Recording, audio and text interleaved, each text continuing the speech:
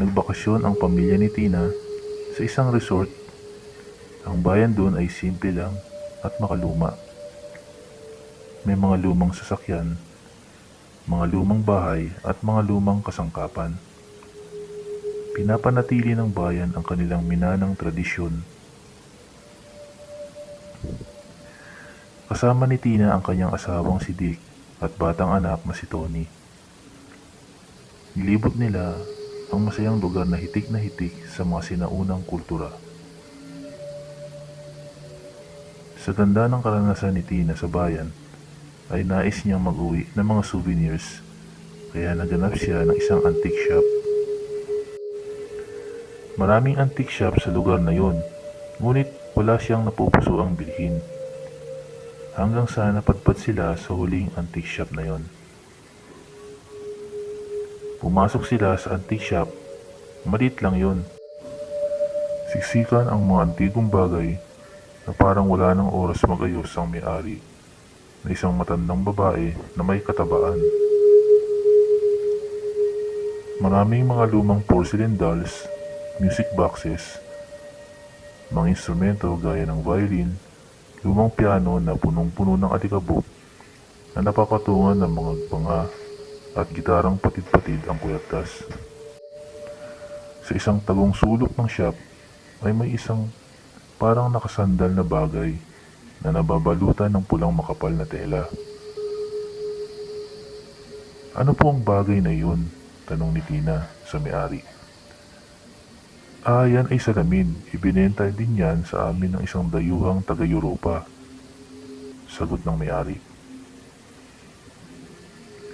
Kinuha ng may-ari ang salamin na yun na may kabigatan, kaya tinulungan ito ni Dick. Inalis nila ang tilang pula. Nakita nila ang antigong salamin. Ang frame ito ay gawa ng mamahaling kahoy. Madumi nga lang ang salamin na yon. Pasensya na kayo at nakalimutan ko linisin yan, wika na may-ari. Napaka-elegante ng pagkakaukit ng kahoy, sambit ni Tina.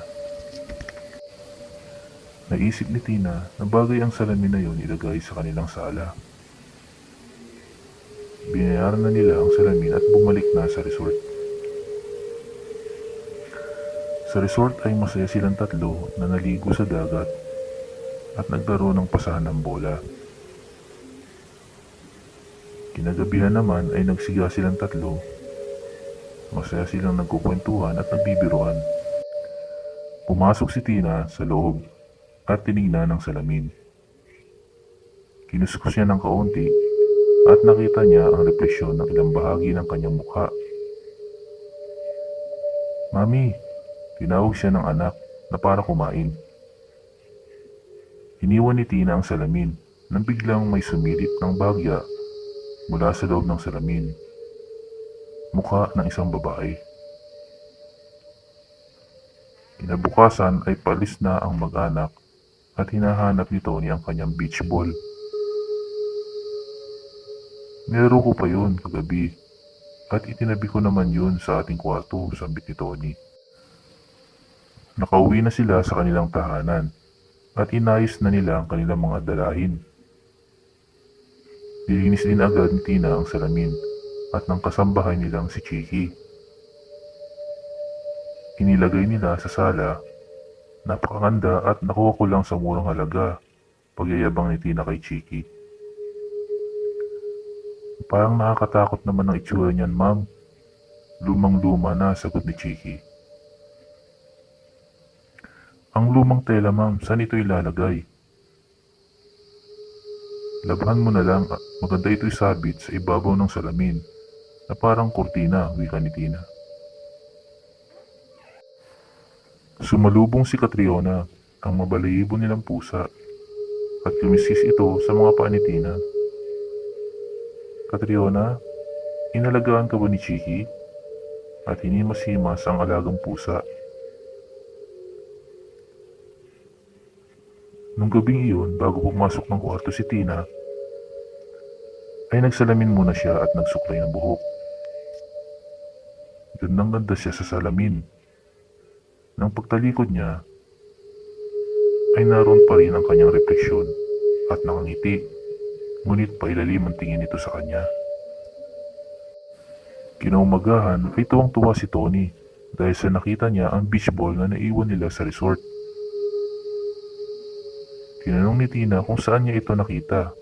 Ang sagot ng bata ay sa harapan ng salamin. Nagtaka si Tina sapagkat ang bolang yun ay malaki. At bakit di naman nila nakita doon sa resort? At wala naman sa kanila ang naglalis ng hangin noon para lumiit. Isang araw, paalis na si Dick para pumasok sa trabaho. Dumaan ito sa salamin at sadaling inayos ang kurbata niya. Pag-alis niya ay nakangiti ang babaeng refleksyon na ni Tina, na parang meron itong malaking pagkahumaling sa asawa ni Tina. Nung araw ding iyon ay pumasok ang pusang si Catriona at tinawag ito ng babaeng nasa loob ng salamin. Nakita siya ng pusa at lumapit sa kanya.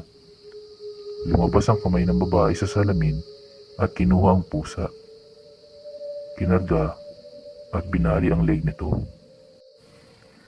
Mga ilang saglit lang ay napasigaw si Chiki sa nakitang katawan ng pusa na pilipit ang leeg. Napatakbo si Tina at nakita ang kaawa-awang katawan ng pusa na nasa harapan ng salamin. Gulong-gulo ang isip ni Tina. Parang may mali sa salamin na yun. Nung matutulog na silang mag-asawa, nahihiwagaan ako. Una ay ang bola ni Tony. Ngayon naman, ang pusa na nasa harapan ng salamin. Wika niya sa asawa. May sumalbahay lang siguro kay Catriona, sagot ni Dick. Pero di na yun makakapaglakad dahil bali na ang leeg. Pasigaw at natatarantang sagot ni Tina. Itabi na lang muna natin ang salamin, pasya ni Dick. Hindi, sagot ni Tina. Sunugin na natin. Bukas, maglilinis kami ng bahay ni Chiki. Pagkagising ni Tina, ay inasikaso niya na muna ang almusal ng asawa at anak bago naglinis sila ni Chiki ng buong bahay maghapon. Nilinis din nila ang bodega kung sakaling magdesisyon siya na itago muna ang salamin bago sunugin. Inabot na tayo ng gabi sa paglilinis, pagod na wika ni Tina. Biglang nawalan ng kuryente sa lugar nila. Ilang oras na at wala pa din kuryente at wala pa ang kanyang asawa.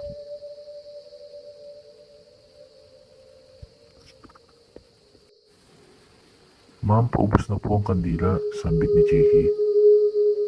Meron po akong 2 gasera dito. Pang emergency, sabay abot ng 1 gasera kay Tina. Bakit kasi nag-overtime pa si Dick? Sambit ni Tina. Biglang naalala ni Tina ang salamin. Nakalimutan niya itong itabi. Nag-iisang humarap si Tina sa salamin, sa madilim na sala. Pinagmasdan muna niya ito at napansin niya unti-unting nahuhuli ang kilos ng kanyang refleksyon sa salamin. Napansin niya ito at saglit lang ngumiti ang refleksyon niya sa kanya. Nasindak sa takot at kalituhan si Tina. Nagsalita ang refleksyon. Ikaw o ang buhay ng bata? Nung napagtanto niya na ang bata na sinasabi ng refleksyon ay ang anak niya na si Tony, ay umiral ang kanyang instinct na ipagtanggol ang anak. Anong ibig mong sabihin at ano ka? Ikaw ba o ang buhay ng bata?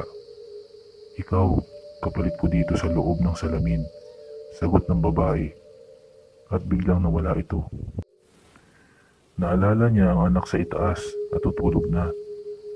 Dali-daling umakyat siya sa kwarto ng anak. Kinabog niya ang pintuan ng kwarto. at naririnig niya umiiyak ang anak na si Tony at ang kasambahay na si Chiki nagmamakaawa na nagsalita na, "Ma'am, wag po. Maawa po kayo sa bata." Sinipa niya ng napakalakas ang pintuan at nakita niya na hawak ng babaeng nasa salamin ang anak niya sa ulo para pilipitin ito. "Bumalik ka sa salamin at ipangako mo na ibinibigay mo ang iyong sarili sa salamin," sambit ng babae. "Ibigay mo sa akin ang anak ko," lumapit si Tina, dala-dala ang gasera. Napansin niya na lumayo ng bagya ang babae sa kanya. "Takot ka sa apoy," sambit ni Tina sa sarili. Lumapit siya ng kaunti at napatunayan ni Tina na takot niya ito sa apoy. At agad itinapon ni Tina ang gasera sa babae. At dali-daling hinatak ang anak. Nagsisigaw ang babae sa apoy na dulot ng gas na kumalat sa katawan niya. Mabilis ang pagkalat ng apoy sa kwarto ng bata. Dali-daling bumaba ang tatlo. Walang lingon-lingon. Lumabas agad sila. Tinupok ng apoy ang itaas ng bahagi ng kanilang bahay. At mabuti at ligtas silang tatlo nila Tony at Chiki. Mga ilang oras din bago natupok ang apoy ng mga bomberong agad-agad namang rumisponde. Sa isang bansa sa Europa, ilang daang taon na ang nakakalipas, ay may isang mabagsik na mangkukulam na susunugin ng taong bayan sa kanilang komunidad. Sumumpa ito na babalik muli siya para magiganti at mananahan muna siya sa loob ng isang lumang salamin na hindi napipinsala. Ngunit isang albularyo ang naganda ng pangontra at yun ay ang kanyang malapad na pulang balabal. Sa isang online selling ng mga lumang bagay, ay inaalok ng isang babae ang pulang tela. Napansin ng buyer sa video ang salamin sa likuran at nagka-interest ito na bilhin na din. Murang-mura lang po yan, sambit ng online seller, at free delivery pa.